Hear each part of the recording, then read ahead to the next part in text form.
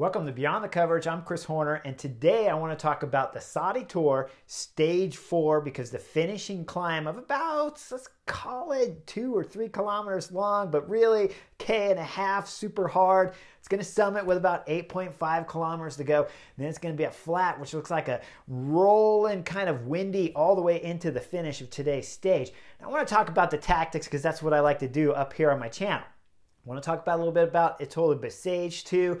And of course, I want to talk about Valencia. Now, when we get into the Saudi Tour, though, it's a tactical nightmare up there for 4 riders, 3 teams total. Because when the climb starts proper, it's UAE Team Emirates on the front, and they're driving it with about 10 kilometers to go. Then we're going to see Movistar get on the front. They're trying to drive it as hard as they can to blow up everybody, to get rid of course, guys wearing the race leader's jersey like Jonathan Milan from Bahrain Victorious.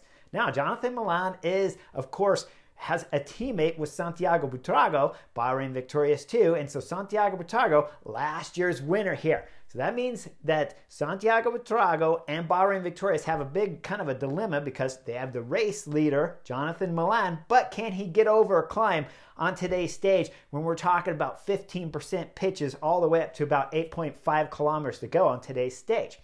That's the big question. If you're the director for Bahrain Victorious, how do you handle today's stage?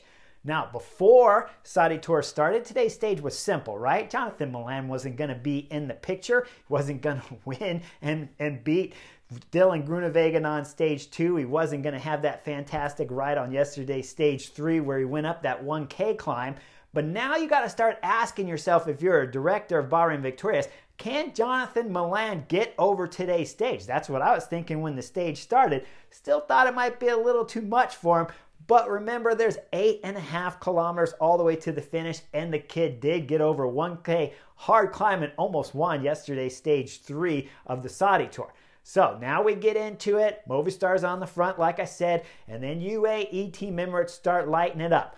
Up there, it's going to be Grossschartner that's throwing in a big dig, and he's got Davide Formolo there. And eventually, really quickly, you see a group of 4. Now, in that group of 4, the 2 UAE Team Emirates that I mentioned, Santiago Buitrago's there, last year's winner and the big-time favorite here at the Saudi Tour to win again.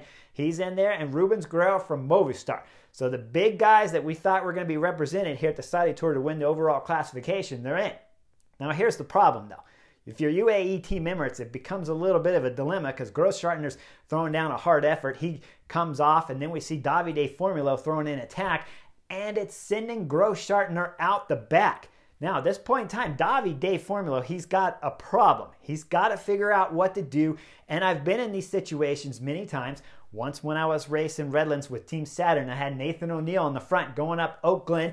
There was just 4 of us, the exact same scenarios we see on today's stage. 4 of us with Nathan O'Neill, the big dog on the front, grinding the gears. He just drove everyone off. About halfway up Oak Glen, he drove off Jonathan Vaughters, and now we were left with just 1 rolling green. Nathan O'Neill pulled a little bit harder, and then he pulled off the front and said he was done, and I was left on the front with rolling green sitting on my wheel. At that point in time, I'm looking at today's stage, and I'm thinking these 2 stages look almost identical in terms of on the Oak Glen stage. Do I drive it with rolling green on my wheel and risk losing the stage to rolling green? Or do I just back off the throttle a little bit and wait for Nathan O'Neill to come back and hope he recovers? Well, I chose to back off the throttle. Davide Formolo chose to stay on the throttle.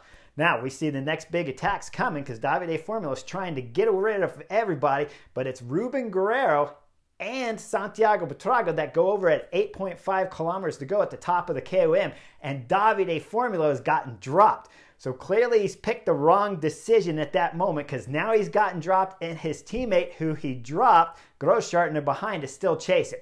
Now, Formolo is going to fix the problem because he's going to get back up to the 2 guys in front, Rubens and Santiago Buitrago, and then he's going to sit on those 2 guys, and you'll see in the picture that both riders are unhappy with Davide Formolo, but this is the perfect tactic. So UAE Team Emirates have fixed the problem that Davide Formolo did before. Now we go back to Oak Glen.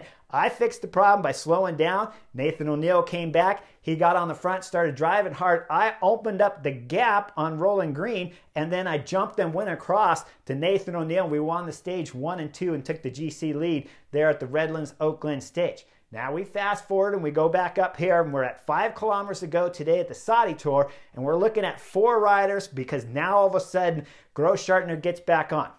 Now we go further back and we start looking at the group chasing behind. Movistar have 2 riders in this group, Will Barda and Gregory Mühlberger. Now, at this point in time, Rubens Guerrero, he's still working at the front, and he's got 2 guys back there, so he has options to play too, right? He can sit up, he can wait for his teammates to come back, or he can keep doing the same decision he's doing and keep riding through.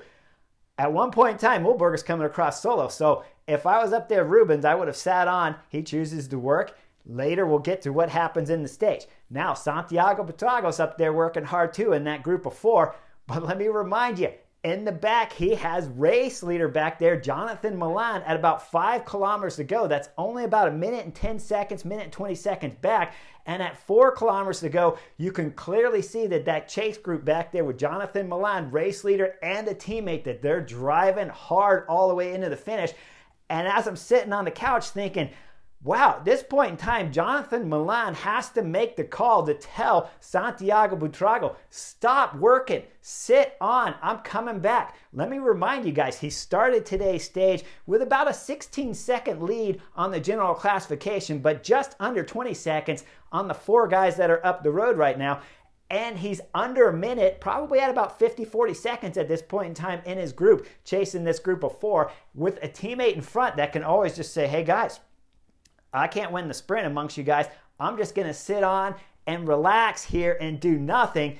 But it's not Santiago Buitrago's call at this moment. It has to be done from the young kid, Jonathan Milan, back there to say, hey, I'm close. If you guys hesitate, we'll bring it all back together. Now, let me remind you, Movistar's in between with about 4 other guys on their wheel. So if Movistar get up there, then Movistar will have to go to the front, and there's going to be some attack and possibly some more hesitation. And possibly Jonathan Milan, the race leader here, can close that gap and all of a sudden hold on to the race lead of today's stage and possibly even win the stage. Not far-fetched, right? It could hard to see it all the way happen, but easy to see that he could keep the race leader's jersey here if Santiago Buitrago decides to sit on. Now, instead, Santiago Buitrago, with just under a kilometer to go, I want to say about 800 meters to go, he throws in a big attack, and then we see Rubens from Movistar follow, and we see Davide Formolo follow. And this is, of course, when we see Grossschartner, UAE team Emirates, get popped, and he starts coming off the back. We see just under about 400 meters to go, and it's still Santiago Buitrago that's on the front. Rubens Guerrero, he's still sitting there, and about 200 meters to go, he starts his sprint and leads out the sprint here for stage 4. Takes it all the way to the line to win today's stage 4 and take the race leader's jersey from Movistar. Second on the stage, Formula comes through for UAE Team Emirates, and Santiago Buitrago across the line for a podium, 3rd position. Behind, it's going to be Grossschartner, UAE Team Emirates, that comes across for 4th, follows shortly thereafter with a couple Movistar and a few other riders. But more importantly, when we go back to the big group that finished, it's Jonathan Milan, only 28 seconds down on today's stage. And let me remind you guys, it was just under 20 seconds his lead. So if there's some hesitation up there and the groups can come together, possibly switch on who wins today's stage, or possibly Milan comes back. The decisions and the complications on today's stage were massive for all 4 riders that were up in that group. Now, I don't expect the directors in the car to be able to make a call under these situations because probably they're not getting great time checks back there. But Jonathan Milan has to make that call. Davide Formolo has to make that call not to attack with just a few hundred meters to go before the KOM when his teammate's getting dropped. Santiago Buitrago needs some help from his teammate Jonathan Milan to tell him to sit on so everything can come back together and they can keep the race leader's jersey and possibly win the sprint on today's stage 4. And then, of course, Ruben won the stage, so you're going to say, Chris, he did everything right. He won. Well, someone had to win in that group. Whether if they all did something wrong, someone still has to win. Ruben Guerrero, of course, wins the stage. But when you look back there and see it was Mühlberger chasing with Rubens up there pulling, I'm not so certain that was an intelligent move either. But no matter what I think, there's always going to be a winner. And today it was Movistar, so congratulations, Rubens. Now, I want to bring up one more thing from yesterday's Total Bessage Stage 1.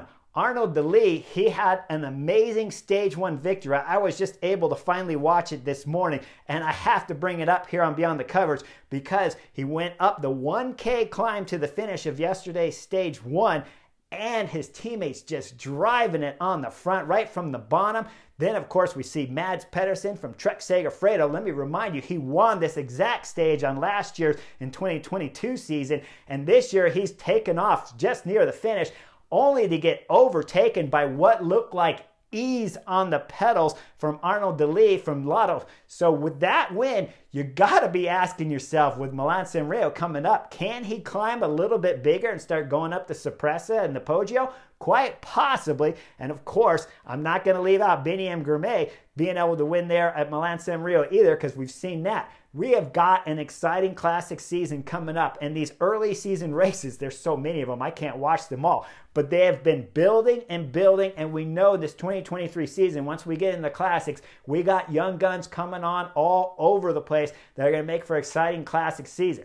Now, I want to cover just a little bit more of Étoile du Bessèges on today's stage 2, because there was a massive crash as they're going across the bridge, and we'll see riders hanging off, dangling off the edge of the bridge. They're getting help from other riders to be able to save themselves from falling that 10, 15, 20 feet down to the bottom there of the ravine. And then we see the whole race come to a standstill. Whenever I was bike racing, and that'd be in these scenarios, it was very frustrating when you're in the front group and they cancel out the front group. But I always found it amazing when you looked at the vibe and you just sat back and watched everybody's reaction on today's stage. You see people hurting, you see people angry, you see people excited, you see riders talking back and forth about how they just missed out on the crash and how close they were, and then you see the riders talking about that got involved in the crash. So the energy at that moment is quite crazy. Was a strange stage 2 of Étoile du Bessèges, but I got to agree with the officials. It was a good stage to neutralize. And I want to point out again, when we're talking about Arnaud Delis, the Lotto Soudal rider, when you look at it before the crash happened, he was in the split with about 40 kilometers to go, just at about 37 when the first big crash happened on today's stage. And when he's in that group, the young kid, he's smart. He's got no reason to pull in that group. He's sitting back. He's letting Trek Segafredo, Mads Pedersen, and his teammates do the work. And he's letting EF Education do the bulk of the work while he's just sitting back, because he knows he doesn't have to worry about anything. Now, of course, the stage gets neutralized, which I already said I agreed on. So when we're talking about Étoile du Bessèges and Arnaud Delis, you guys got to keep an eye out for him. Now, I know he's been winning a lot, but it hasn't been at the big races. And I got to believe once we start getting in the classic season, now we're going to see Arnaud Delis arriving at these big, famous one-day monument races. And we got to keep an eye on the kid, starting at Milan-San Remo. Today's racing was fantastic, big energy throughout all the stages, so if you get a chance to catch the highlights, make sure you do. Make sure you like and subscribe to the Butterfly Effect, and I'll see you on the next edition real soon.